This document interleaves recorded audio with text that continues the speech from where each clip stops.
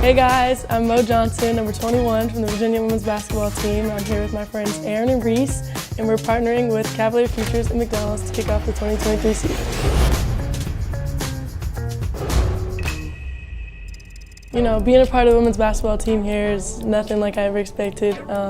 It's truly a family environment here. I started playing basketball when I was 3. Yeah, growing up I always played with boys. Once I could actually play for a girls team, I started playing for teams that could be nationally recognized one. McDonald's All-American game is probably one of the most highly decorated basketball games in the country. High school seniors get to play in it, and I was selected to play in that back in March. I think to be a great basketball player, you have to have all the intangibles. You have to be able to have all the little things. It's not even about how you perform, but how you react to how you perform.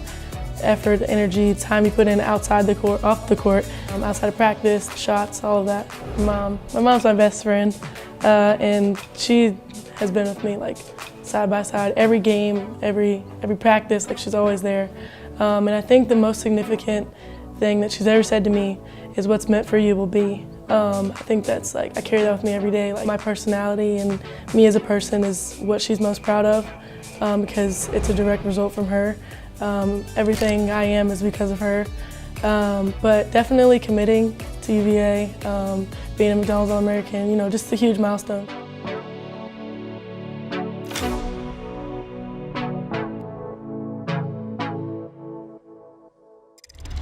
So today we took some pictures, had some interviews, ate some good food at McDonald's, and had a good time.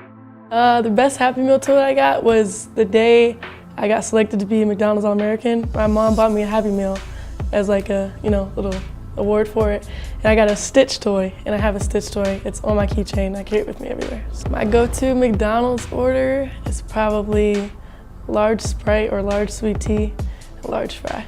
That's it. Keep it simple. Man, McDonald's sweet tea, something else. I don't know. I can't even put into words how I feel about it. I think the thing I'm most looking forward to with this deal is helping out around the Ronald McDonald House charities. I'm really honored to be able to help them help others. I have a lifetime dream of being in the WNBA and making money one day, so I know that Cav Futures will provide that platform for me to be a better person on and off the court. My advice to all the young girls out there aspiring to be in my position is definitely just keep your head down and keep working. Nobody can tell you what you can and can't do. So if you want something, you got to go get it. And you know, just stay humble.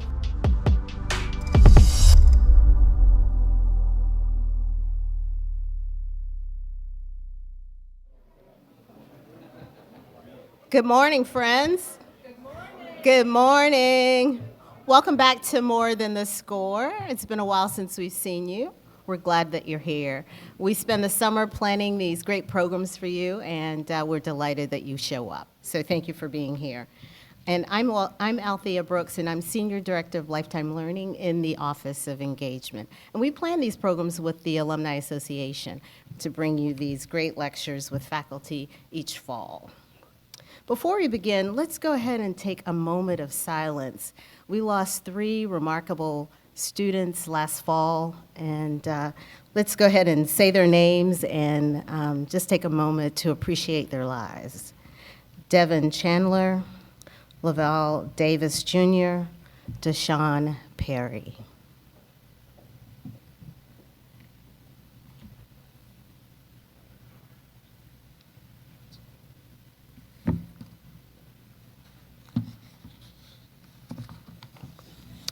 Thank you. The UVA bookstore is here this morning, and they'll be selling books. We have 2 faculty with books this morning, so please go over and grab a copy, and they'll sign it for you as well. We'll be ending directly at 11 o'clock today. We want to make sure that you're in the stadium and in your seats by 11:30. And thank you for wearing orange. You're bright and beautiful this morning. Please hold your questions to the end. We're going to have some microphones that will run around and grab your questions at the end. So speak directly in it. And we ask for just one brief question, okay? And kindly state your name and your UVA affiliation. So we're thrilled that this great panel has assembled this morning, and they'll be speaking to us on facts about name, image, and likeness at UVA. Now allow me to introduce our moderator for the day. Gerald Starsia is an associate professor of higher education at UVA School of Education and Human Development. He's better known as Jerry. He has served at the university for over 2 decades. His previous roles include Senior Associate Dean for Administration and Chief Operating Officer at the McIntire School of Commerce and Darden Graduate School of Business. Jerry's academic credentials include a Master of Business Administration from the University of Connecticut and a Doctorate in Higher Education Administration from the University of Virginia. That's right, he's a who. In addition to his administrative duties, Jerry teaches graduate level and executive education courses in leadership, strategy, and higher education, intercollegiate athletics, and much more. He's well published. He has written dozens of articles and case studies. In 2022, his book, Plan to Pivot, an Agile Organizational Strategy in an Age of Complexity, was published. And his book is here this morning, and the bookstore will be selling it. Prior to his tenure at UVA, Jerry was founder and CEO of the Medical Design Building Company located in northeastern U.S. Now, please help me welcome Jerry to the podium. He'll be moderating, and please help me thank this wonderful panel that's assembled here today. Thanks, Althea. Thanks, Althea. I was lucky enough to have Devin Chandler as a student in my class. And Devin was a bright light among all the other students in the class. People would come around Devin. Was an impressive young man. Devin will be missed. Good morning. So welcome to the first More Than the Score event for this 2023 UVA football season. On behalf of the university's administration, the faculty, students, and staff, the Alumni Association, the Office of Engagement, thanks a lot for spending your time with us this morning, talking about a very important and changing and exciting topic in college sports, name, image, and likeness, or NIL. If you've read about it in the paper or you've read about it in the popular press, I was talking with someone in the back before, it seems like when I'm teaching this semester, I'm literally running from the printer with the most recent NIL changes.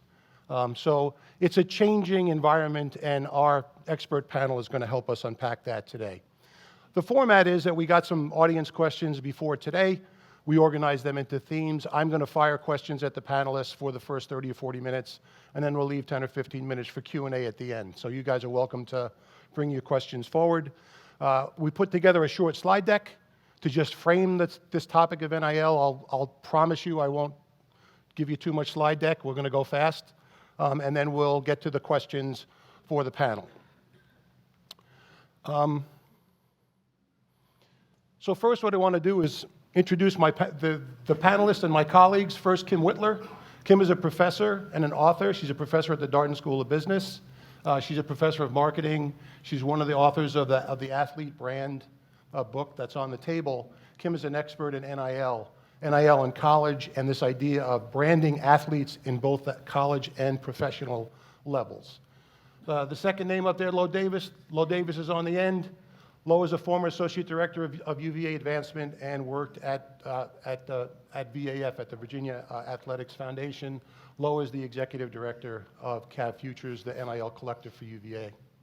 My colleague to the right, who's got a much nicer suit than I do, is Ed Scott. Ed Scott is UVA Deputy Athletics Director. He's been in athletics administration 18 plus years. Because Althea said how long my resume is, I want to make sure that you know that he's been alive pretty similar in terms of we're kind of closer together than it might seem. Ed was the 2012 Cushman & Wakefield Athletics Director of the year. And so these are experts in this topic, and let's get started. So where did this come from? What is NIL, and where did it come from? So NIL is actually an idea that started when the NCAA was founded, early 20th century, 1906, 1910. And an argument could be made, I make it in class all the time, that the images of college athletes have been exploited or used for the whole time up until the 2008 Ed O'Bannon case against the NCAA. Uncompensated use of NIL has been the rule of the road up until 2008. Ed O'Bannon, a former UCLA basketball player, you can see his image over here on the NCAA Basketball 09 EA Sports video game. This is Ed O'Bannon, no mistaking him. His image, the jersey, his number, his institution, UCLA 31, that's Ed O'Bannon. And Ed O'Bannon was uncompensated for his use of his NIL, sued, and won. So this is the first event, this is the first stop along the way of NIL becoming more and more professionalized. The second event was the California's Fair Pay for Play Act that was put forth in 2019 and signed by Governor Gavin Newsom. And that allowed for NIL payments to college athletes. It also allowed for agents to sign with college athletes. Once California passed the Fair Pay to Play Act, states followed right through. And so there's a lot of states with a kind of a patchwork quilt of NIL laws across the country. Some states don't have any law at the moment. And you'll read in the papers about how Congress and the NCAA are trying to work out some kind of a federal ruling or standards around NIL. Whether it happens, how it happens, what form it takes, we don't know yet, but that's what's going on. Okay? So that's kind of the context. And what I wanted to do is share just some big picture points of view that are around NIL, like what is this, how big is it, who's involved? And so from Open Doors, the data comes back this way. Of the top conferences for compensation in NIL, it should be no surprise that the Power 5 conferences are the top 5 conferences in NIL. The NCAA the ACC is number 5 of the 5, and the Pac-12 is number 4 of 5 from last year.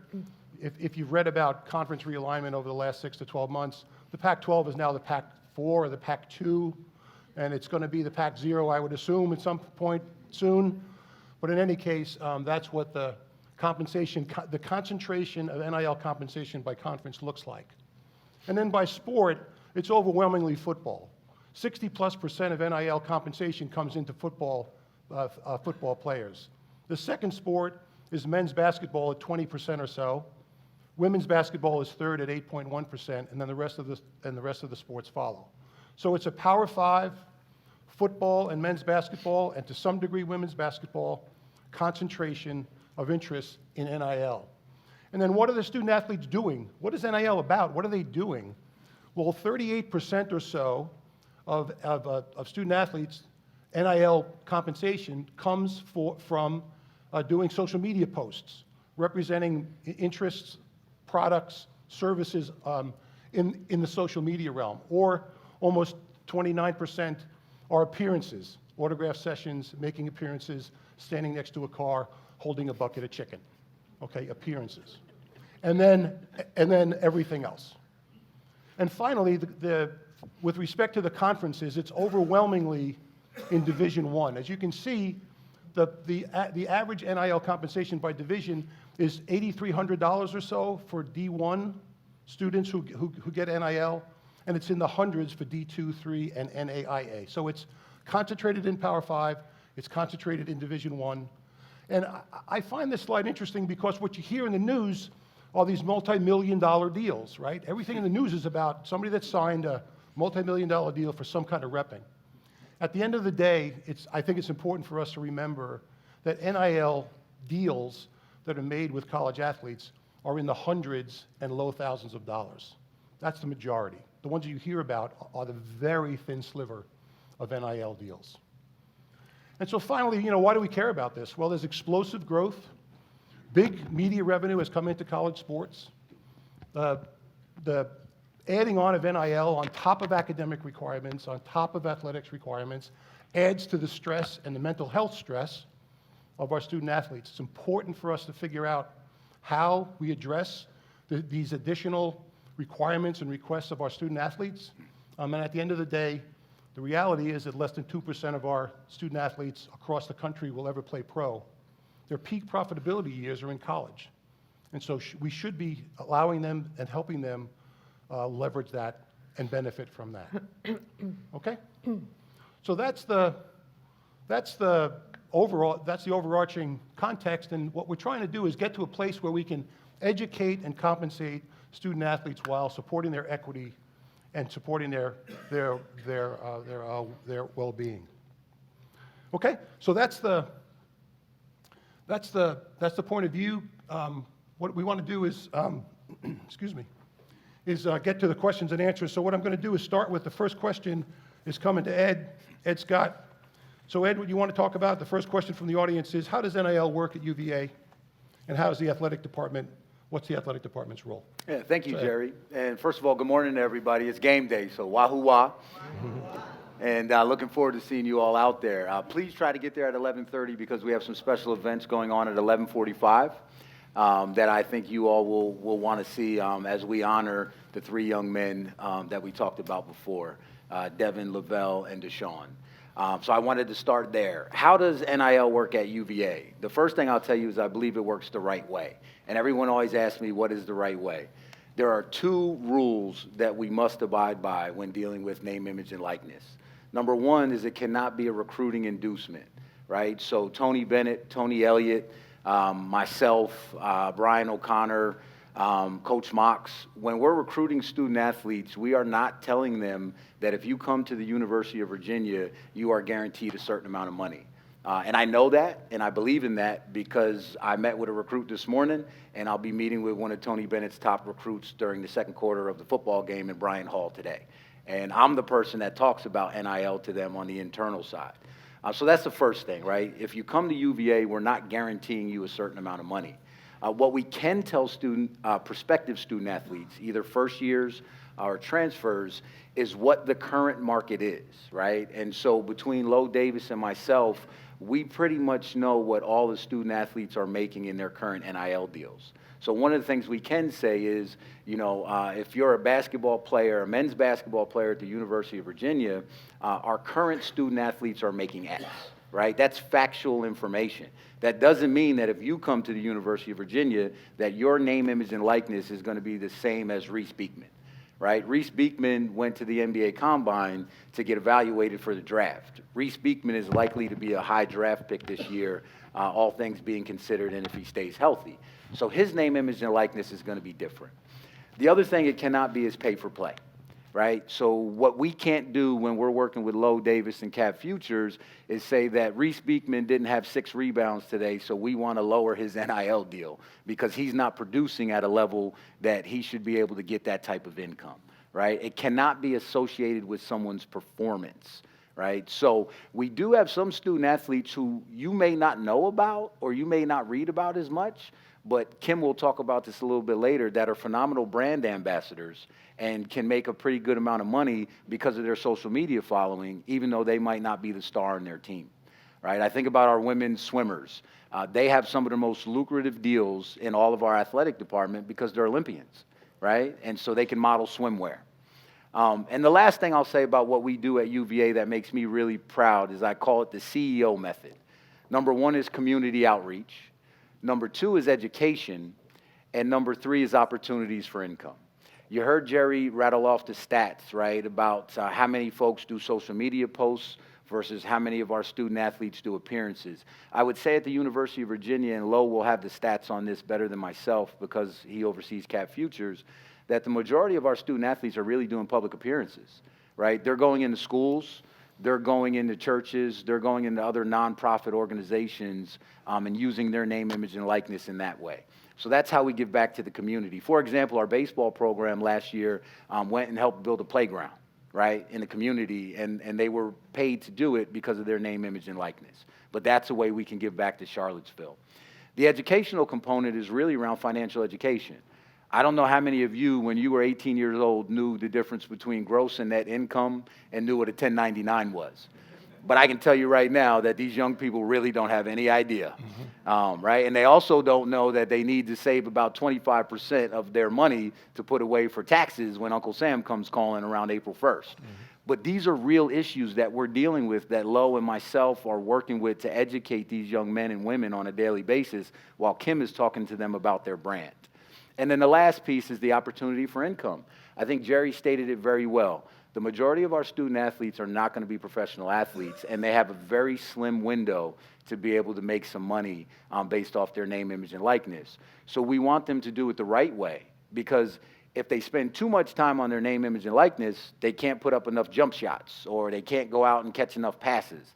And so their name, image, and likeness won't be worth as much. So there is a balance, because there's only 24 hours in a day. And by the way, the last time I checked, the rigor academically at the University of Virginia is one of the best in the world. And so we want to make sure, first and foremost, that our student athletes are doing what they need to do in a classroom. So I think that's a gross overview, but I think it sets the stage for how we proceed with name, image, and likeness at the University of Virginia. That's great, thanks. Ed, this idea of balancing the academic and athletics is key. Yeah. Having student athletes in my classes, knowing what the stress is that they're under, and trying to make sure that at the end of the day they can make the jump shot, they can write the term paper, they can present material in front of people, they can get their financial learning done, they can take care of themselves is key. So doing it the right way is key. I think that tees up the next question, which is headed towards Lo, which is what is Cav Futures? So how does Cav Futures fit into this? So I'm going to pass that to Lo and ask him what's the role of Cav Futures in NIL, and let's talk a little bit about that. Well, it's a good thing I'm not Taylor Swift, because I'm battling with this microphone. So forgive me if I look funny, but hopefully you all can hear me. Again, my name is Lo Davis. I am a proud graduate of the University of Virginia. Can everybody hear me okay? I was a former student athlete, played baseball here, and so a passion of mine is to be able to give back to student athletes. And I had a former role in the Athletics Foundation, was not looking to leave VAF after 12 years, but this opportunity came about. Cav Futures was started March of last year.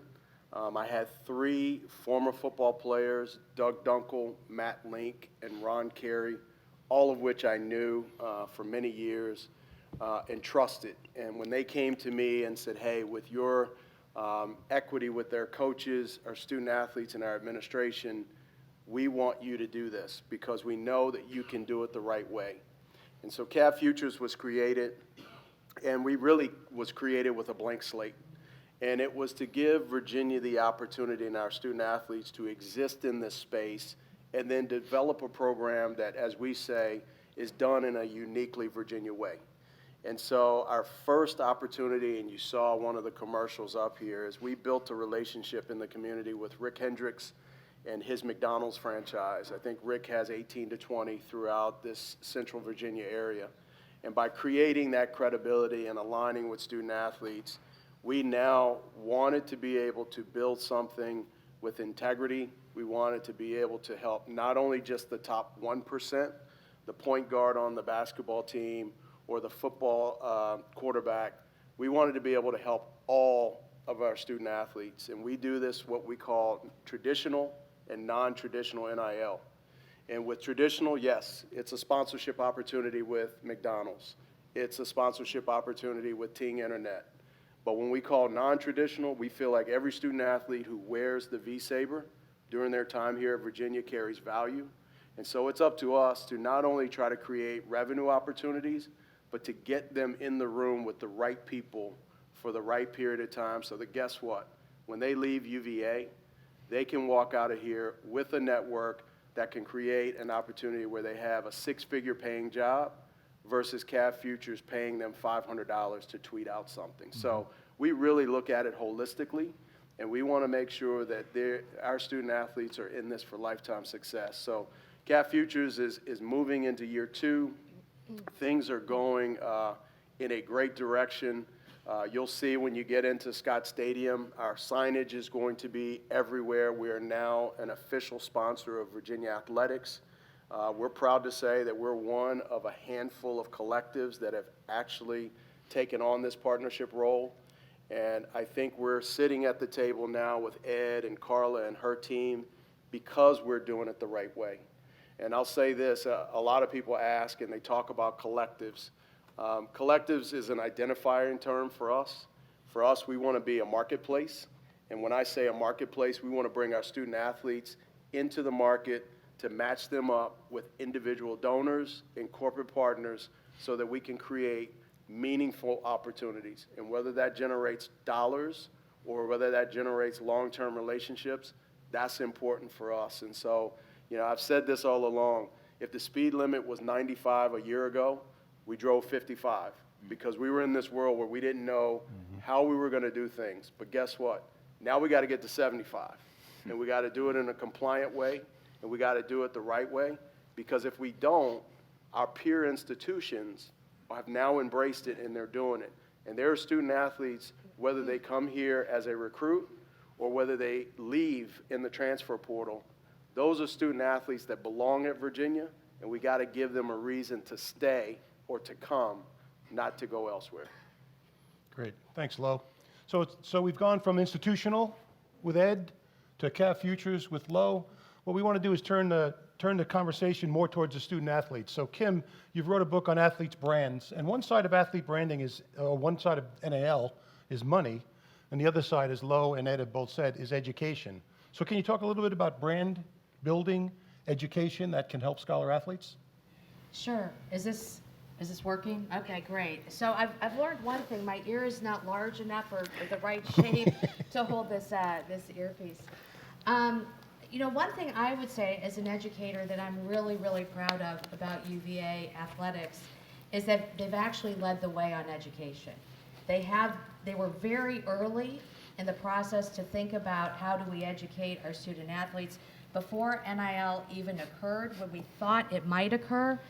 The athletic department reached out to me. I was connected through a former basketball player who said, hey, Kim is a former chief marketing officer, general manager. She's written about brands. She might be able to help. And when the athletic department reached out, we sat down, and their concern was that the student athletes would be taken advantage of by potential rogue agencies.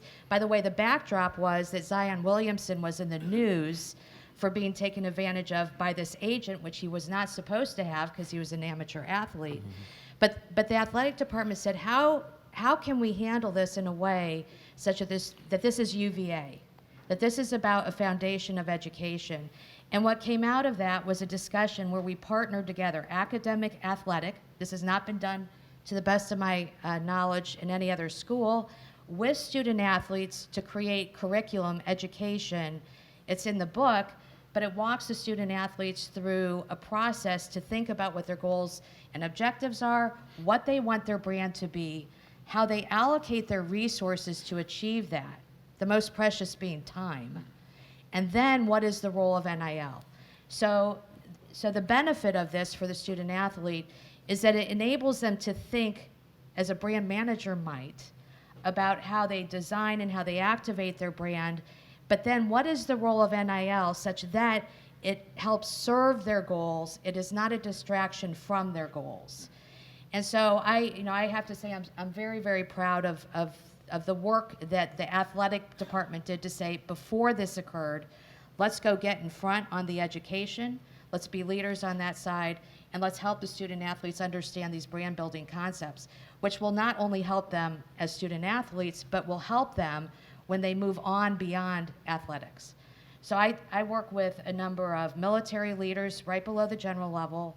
I work with CEOs and executives, and they all care about their leadership brand. It's once you get to that mid to senior level that you start saying, how do I think about my brand? The beauty, if there's a beauty of NIL, is that it's introducing these concepts and helping young people understand them so that they can start thinking about building their brand in the right way at an earlier age. I think when you say the beauty of NIL, some of us take a deep breath. I'm looking for the silver lining.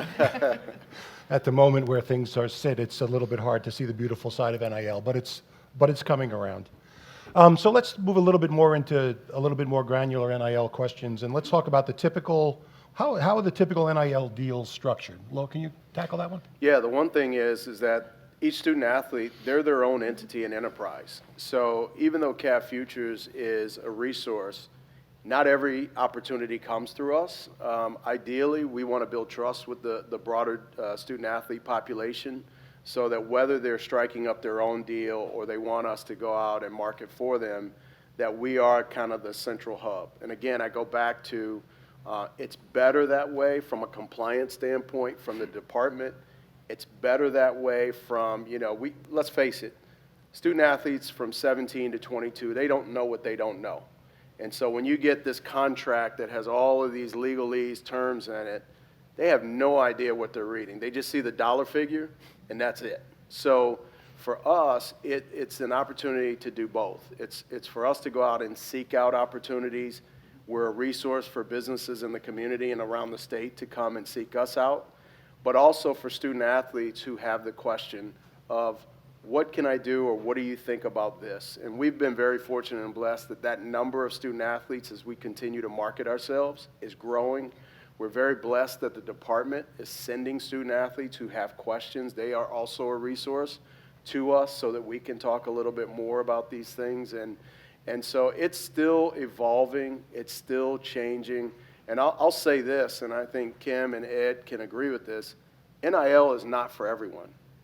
NIL, even though it exists, it is not for everyone. There are student athletes who want to come here, they want to get their education, they want to be good at their sport, and then they want to make a difference, and then they move on.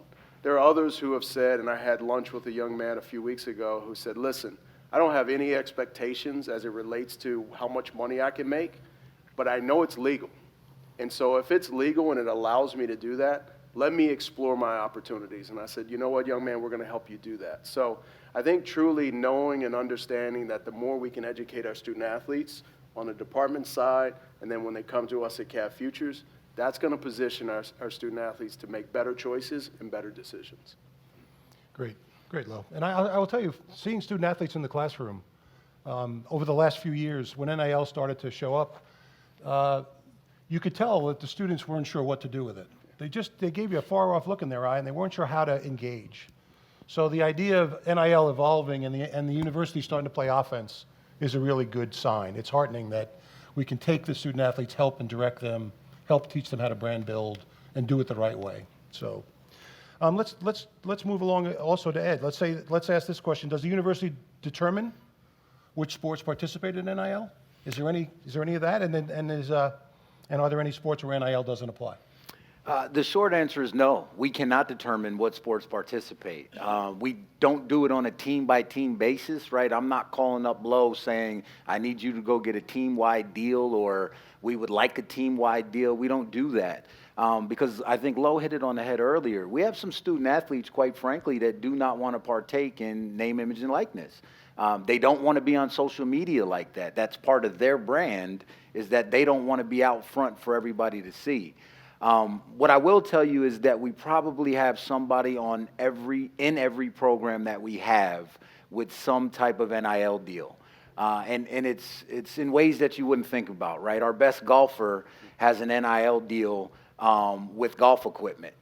But there's also an issue of making sure that that deal doesn't cross over and impact the university's deal with the golf apparel provider, i.e. Nike, or the equipment that we provide the young men and young women on our teams, right? So there's some nuance to this when an individual can have a deal versus when that deal infringes on the university's larger deal. So I would say that almost every one of our teams, maybe with the exception of squash, and I could be wrong on that one, but I can tell you otherwise that an individual on almost every single team that we have has a deal. And then it's our job to work with them. If they come to us and say, hey, I have this deal, and Lo and I have done this together before, where a young person will come to me and say, you know, Dr. Scott, I have this deal. I'm not sure what to do with it. The old rules, about 6 months ago, used to say that I could look that deal over. The new rules, as Lo said, the speed limit is changing. It's like Google Maps. We're being rerouted a lot. And so I will then send them to Lo. And Lo has lawyers that are on his board that will look over that deal to make sure that everything is compliant with the contract. And then we, in the athletic department, will work with our NCAA compliance staff to make sure we're within the rules. So I think that's the simple answer, Jerry. Cool. Can I just piggyback really quickly? The one thing that is important for this room to know, it may not be the best business model in the world, but we do not take one dime from the student athletes. They never will have to cut a check back to Lowe Davis and Cav Futures, because we feel like as we get involved with this whole thing, we have to be able to guide our student athletes, take advantage of what's out there. And we've been fortunate and blessed to have some investors in us to say, we want this done the right way. And that allows us not to go and ask student athletes to pay us a percentage for the money that they make. Well said. Great. And I think we're talking a little bit about this question of brand alignment. What's the institution's interests? What are the athletes' interests? How do they align? And Kim is going to address that. How does brand alignment work between the athlete and the institution? Yeah, actually, I think this is a really astute question from whatever fan asked it, because it's something that you don't often see in the press or the news. How can the student athlete actually work in concert with, rather than in conflict with, their team's brand and the university? And so here's a way to think about it. I'm going to pick on basketball because today's a football day, so I'll pick on basketball. If you think about, brands are everything that you think about or feel when you see a logo or hear a name. So if I splash up here UVA, we all have feelings and impressions about brand UVA. And it's a pretty strong brand. If you ask people, there's going to be a lot of consistency. You then start thinking about a team. So if we think about Tony Bennett, what do we think about? Maybe the 5 pillars. We think about things like stewardship, team over individual. We think about humility. Now imagine a college athlete shows up. We don't know much about him other than from what we've read. And in his first press conference, he starts talking. And he sounds like a Tony student, right? He sounds like a Tony athlete. He's humble. He talks about serving the team. Now all of a sudden you get a synergistic effect. We call this in branding brand transfer. All the equity that's been built up among UVA, among the team, is now being shared with the college athlete. So the way I think about this is, as a college athlete, you want to draft off of the university and off of your team. But that only works when you're working in concert with the brand of the team and of the university. We tend not to think about this concept. In the book, we have a chapter called Your Brand Doesn't Live in a Vacuum. And so we invite the student athletes to say, what is your brand? What is your team's brand? Like, step back. What does your brand stand for? And then what is the university's brand? And where is the synergistic effect that you can borrow equity, but also, frankly, build equity back? Reese Beekman, Kihei Clark, Ty Jerome, Kyle, Malcolm all of those former team players, they're building equity in the brand UVA and in the brand Tony Bennett men's basketball. And so there is this very synergistic effect that can occur if they're aligned. When they become misaligned, when there's conflict, then you don't get those benefits on either side. May I just add another thing to that? So as we work with student athletes, our mindset is, yes, we're working with the individual brands, but it's up to us to make sure that we highlight these wonderful individuals and the programs that they play in. Because, again, it's going to indirectly help our coaches out there when they can point to Cav Futures working with their student athletes, and Tony Bennett is saying, hey, we had 7 student athletes working at the Ronald McDonald House, and our kids don't get paid for everything that they do, but building those relationships, Tony Bennett can say, look at what they're doing. Mm-hmm. This is what you want when you come to Virginia. And so that's our job at Cav Futures, not only to help compensate student athletes, but build a brand of the student athlete and then indirectly help the program in which they're recruiting. Great. And before we get into the bigger picture, I'm going to switch up the questions for a second. Sure. Are student athletes authorized to use the marks of the university, the marks and logos of the university? Lo, you can go first. Just thought I'd throw out. Oh, no, it's a good one. Well, we just actually had this conversation the other day. The answer is no. For us, as Cav Futures, the marks that we have rights to does not transfer to the use for the student athletes in any type of promotion or work that we're doing. Now, in terms of the individual student athletes and any of the work that they're doing, Ed can probably address that better. Yeah, they would have to apply through our licensing department, through the university, just like any outside entity would, to be able to have the rights to use the Virginia logos and marks. And we like it that way, right? Because it gives the university a way as a clearinghouse to make sure whatever product the student athlete's trying to endorse, as Kim said, is in alignment with the larger UVA brand. Because what Kim said, I'll say it a different way. our student athletes are brand ambassadors, right? Every time that they get a microphone in their face, every time that they graduate from UVA and they play in an NBA game, or they talk about the 5 pillars, or they talk about what they learned at UVA, they become an extension of the UVA brand. And so we want our student athletes to be able to tap into that brand because it helps the individual student athlete and it further carries the UVA brand, but there has to be alignment in that product. And there have been times where outside vendors, I can say this clearly because Lo knows of a case I'm talking about, where folks have tried to use our colors. We have a certain Pantone that we use for orange and blue, and folks have tried to use that, and we've had to send a cease and desist to say that you have not followed the proper procedures to be able to use UVA's colors or marks. And so we try to educate our student athletes and shepherd them through the process because when it is a good brand, we do want them to be able to have access. Same thing with our facilities. Jerry didn't ask this, but I'll give you another nugget. If they want to use our facilities, they have to go through a process as well, right? So they can't just come in with their brand that they're trying to endorse or whatever they're trying to do and say, I'm going to be in JPJ today from 10:30 to 11, and we're going to be shooting on the basketball court. It doesn't work like that, right? There's a process that they have to follow, and if they do it the right way, we usually try to work with them the same way we would any outside vendor. Great.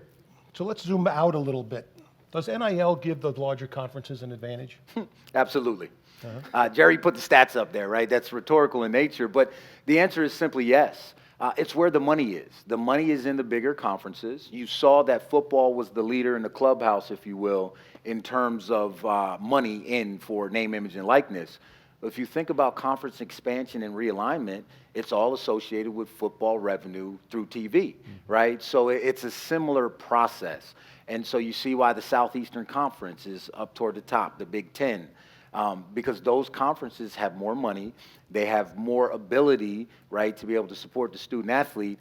And then the other thing it comes down to is philanthropic giving.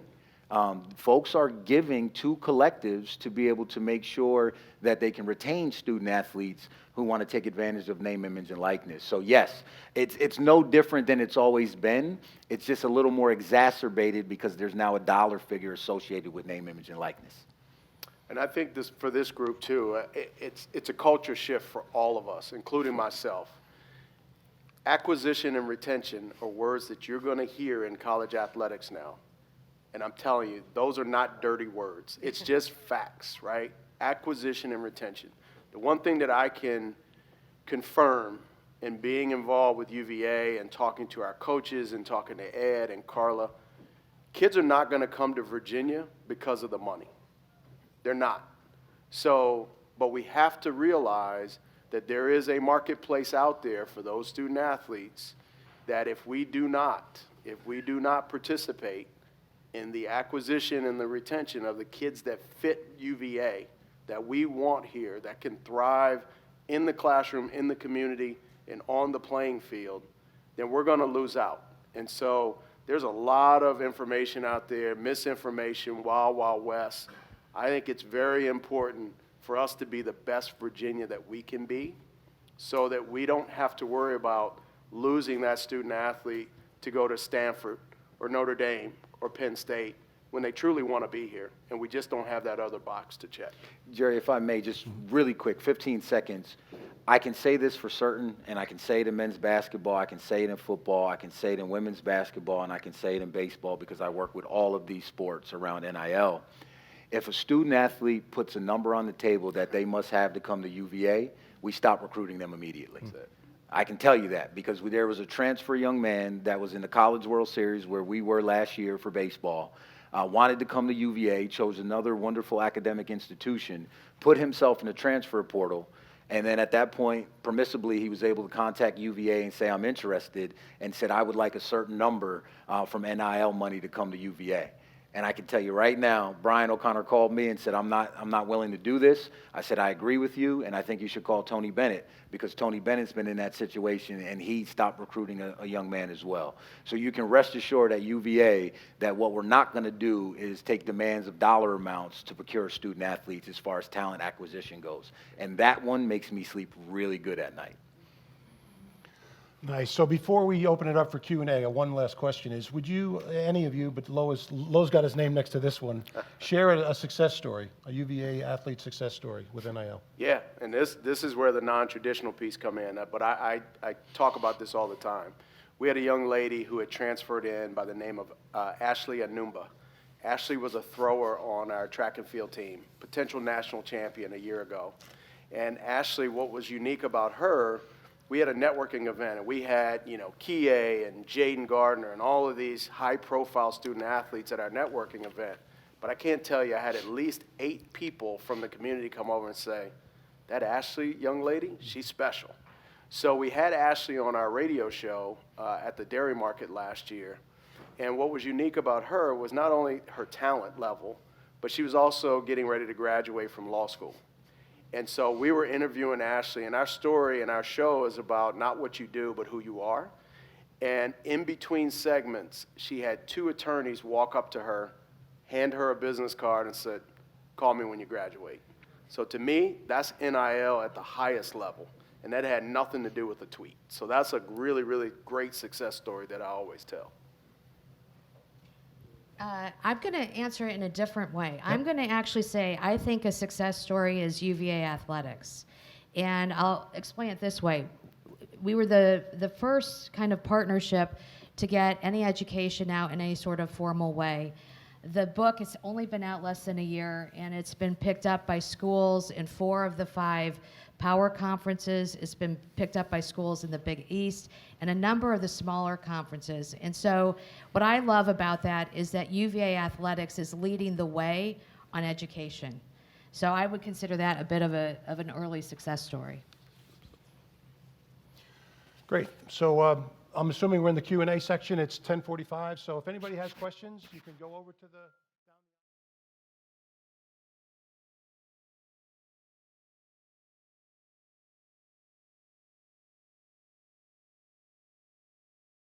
I'll start, and then Ed can add on the recruiting side. So I think Ed said it earlier. If a student athlete has not matriculated to the university, there is no number. But what we have done at Cav Futures in the last year is created a historical record of working with student athletes and programs to say, hey, and a coach can say, there's this collective Cav Futures who have worked with our student athletes. They have been able to accomplish some really good things, and in that, student athletes have been able to make X to X. So while that coach is not directly saying to that student athlete, if you come, we will pay you, they can certainly give them a historical reference for what that program is making. And so I have no contact whatsoever with recruits. Everyone seemed to think that I was instrumental in Reese Beekman coming back to UVA and I had a bag of money waiting on him. False. I did not talk to Reese until he actually was a week back in the school, and we talked about opportunities there. So it's very important, again, for us not to be involved in the recruiting process. Now, in the acquisition side, if that student athlete is currently enrolled here and participating and in good standing, we can work our tails off to try to find opportunities so that they feel good that going into the next year, they can stay here. Ed, do you want to talk about? Yeah, Lo alluded to it in the beginning. You must be matriculated and trigger student athlete status, right? That is the actual phrase that must be used. And so Lo will get notified from our NCAA compliance department inside the athletics department of when a student athlete or prospective student athlete has triggered that status, right? So that usually means that they have to be on grounds taking a class, excuse me, or they have to be enrolled even if they haven't started yet, but the classes are coming up, right? So it has to, the machine has to churn before we're able to even have that student athlete engage with Lo Davis and Cav Futures. And we make sure we do that with a system. Jason Baum, who's really good in this space, he oversees our compliance area, former legislator. What he does is he'll send a note to the appropriate sport administrator, he'll send it to the head coach, and he'll send it to Lo Davis to say, Johnny X has triggered student athlete status. Lo, if you'd like to talk to Johnny at this time, you're now allowed to do so. And so until that email is sent, there's no contact between Cav Futures and the student athlete. It's usually someone in my position having conversations and education about the NIL space. So it's a really good question. Hi, my name is Dan Hoykert. I'm an alumnus and an employee. I was curious about what the donor's role in this is. I imagine this would be for Lowe, but what do you use donor money for? Because it seems like it's a contractual thing between athletes and businesses. So where are donors coming? It's a great question. So we have two avenues for individuals and corporations to support. One is on the traditional marketplace, Cav Futures. So if you are a McDonald's business owner or whomever, you can work through Cav Futures. We also have our subscription services, our Cav Club. So you can join at different levels and have access to content and student athletes. We're having a big tailgate for Cav Club members on the 22nd, so that's one way. When you talk about donors who want to support student athletes or programs, a lot of them have interest in supporting our Cav Futures Foundation, of which we leaned heavily in on education, financial literacy, personal growth and development, but there's also a community engagement piece that we can also have student athletes partner with nonprofits, and then we can pay them for the work that they do. And again, not every action gets a reward for that.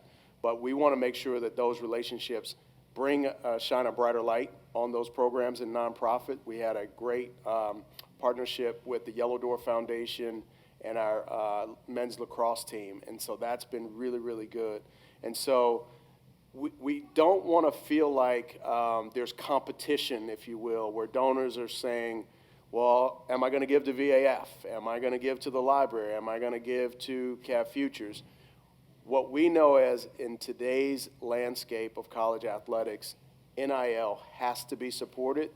It's up for Cav Futures to then take those donations and create the quid pro quo so that those student athletes can legally get paid for the work that they do.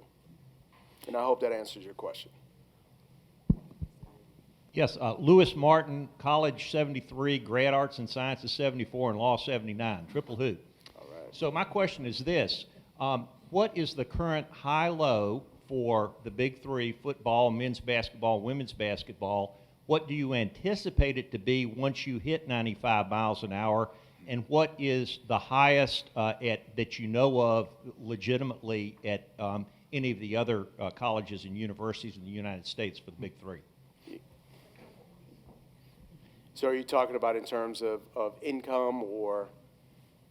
Yes, the total annual payment to the highest recipient in each of the three sports, and then the lowest recipient in each of the three sports. Now, when you're going full speed, and then at any other college or university. Yeah, so I can give you the general on us, what is factual and what's reported through Cav Futures. Those numbers have ranged anywhere from $150 for a social media post to several thousands of dollars for an actual year-long media campaign. So the number is moving in the right direction. We want to continue to build on that.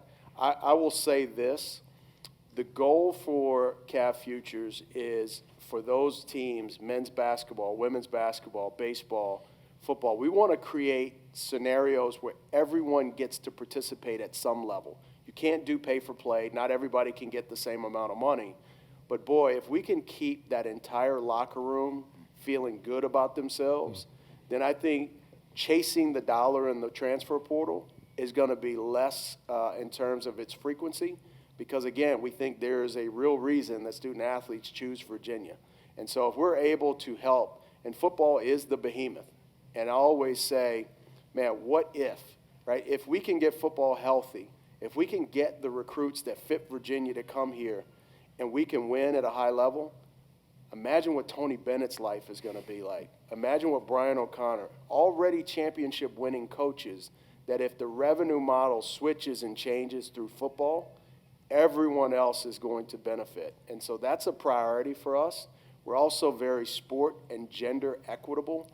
I tell Coach Mox all the time, and this is no disrespect to any of our other women's sports, she's a priority. She's trending in the right direction. She's going to fill JPJ one day. And so let's make sure that we're giving her student athletes great opportunities. So it ranges, low end, $100, but we do have some student athletes, whether it's through Cav Futures or not, making several thousands dollars. And then nationally, what's the largest amount? So there's some seven-figure folks out there, but that's coming through Delta Airlines and others. And I think if you watch really closely, you'll know who those are. But guess what? Those numbers are not as big as you think, and I think Ed will agree with that.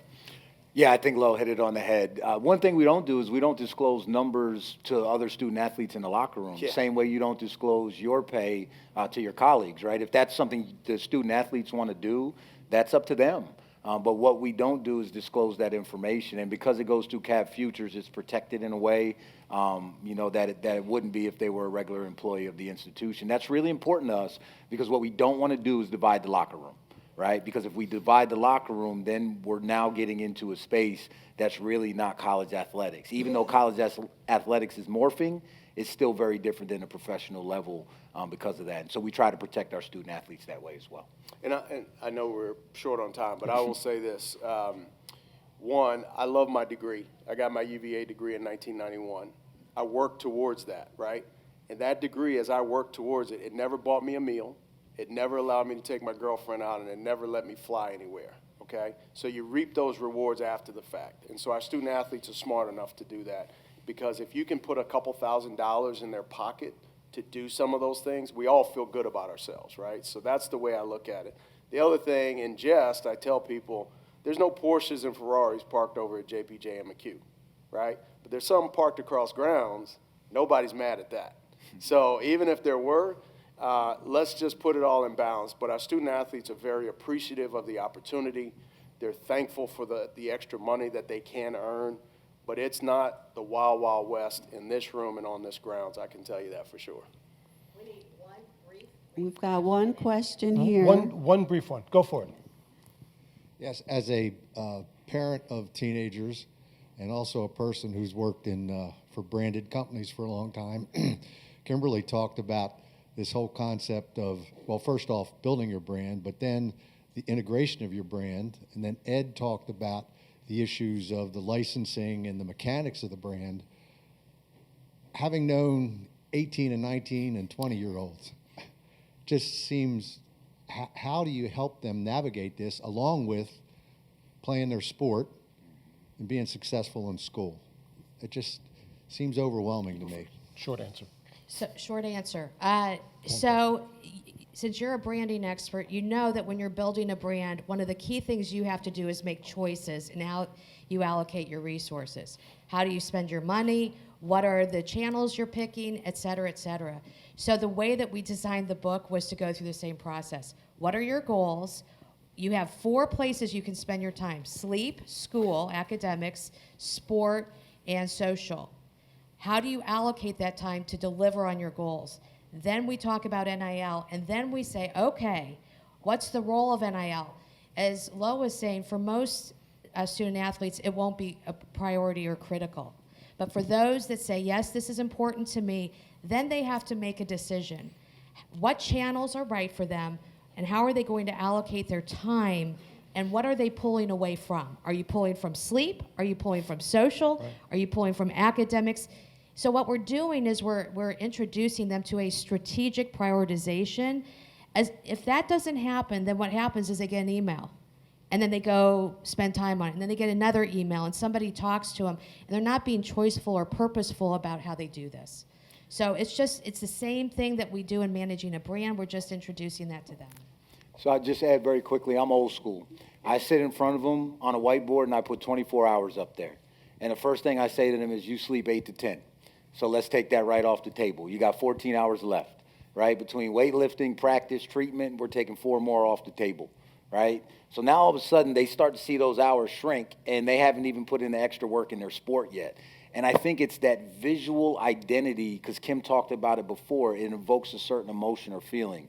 And I just got to say one other thing, and they may never let me back because I may go over time, but I have to say this. When we talk about success stories, there are 2 that I want to share, and I won't share the names. But we did have one baseball player whose father was a Navy SEAL, and he donated all of his proceeds to the Navy SEAL Foundation. He didn't keep a single dollar. This is a young man who came to UVA. He's a baseball player on about a 40% scholarship, so him and his family are still paying. He's paying a large amount to come here, and he donated to the Navy SEALs. We had another young man who was a football player and only wanted NIL money to be able to fly his mom in to watch him play in his last year at UVA. Those are the stories that you're not reading about, and those are the stories that are happening at your university because we believe in doing it the right way. And if I didn't share that with you, I would be very remiss, because I believe that's why you all believe in UVA. That's why I came to UVA, because of the people. And so those are the stories I'd like you to be able to take back and share when somebody asks you what you learned about NIL and why it's important at UVA. So thank you for that. Well, thank you so much. I just want to thank our speakers today on behalf of Lifetime Learning and the Alumni Association. We have some gifts for you all. Well, thank you. And I want to thank you all for coming out, and those who joined us online. What a great way to start the game day. Join us for our next home game.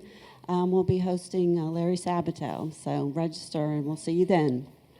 Go Hoos! Right on top.